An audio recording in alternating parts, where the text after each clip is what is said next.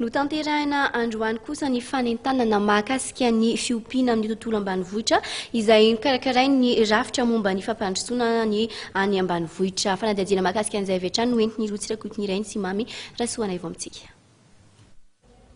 Ny valo amby telopolo faingo valo isan-jaton'ny tokantrano eny ambanivohitra dia mivelona amin'ny Fiompiana avokoa, izany hoe fotom-piveloman'ny iray apahatelon'ny tokantrano amin'ny tontolo ambanivohitra ny Fiompiana.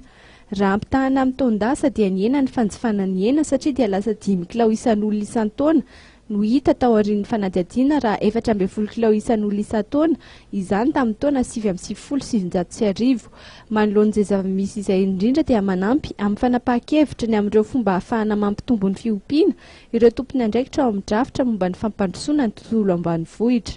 Dia manampy amin'ny fanapahan-kevitra na hoe dans la décision dia raha nahita ianareo tamin'ny farany teo dia hoe ina mety mahasolo ny vary dia izy hoe misy zavatra hafa eo katsaka soabosy ny karazana kanefa koa ny hena dia ilaina manampy ny vary na manampy an'ireo vokatra ireo ho an'ny fanjarian-tena ara-tsakafo sy ho an'ny resaka nutrition zany.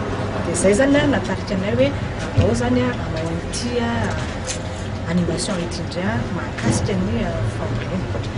Misy antony koa mahatonga anay manao an'izany satria zao raha jerevana zany dia tena hita fa mihiba zany ny resaka Fiompiana amin'izao fotoana. Raha mihoatra amin'ny taona tany aloha-tany, raha mihoatra fotsiny hoe tamin'ny taona 70 tany dia mitovy ny isan'ny olona sy ny isan'ny omby.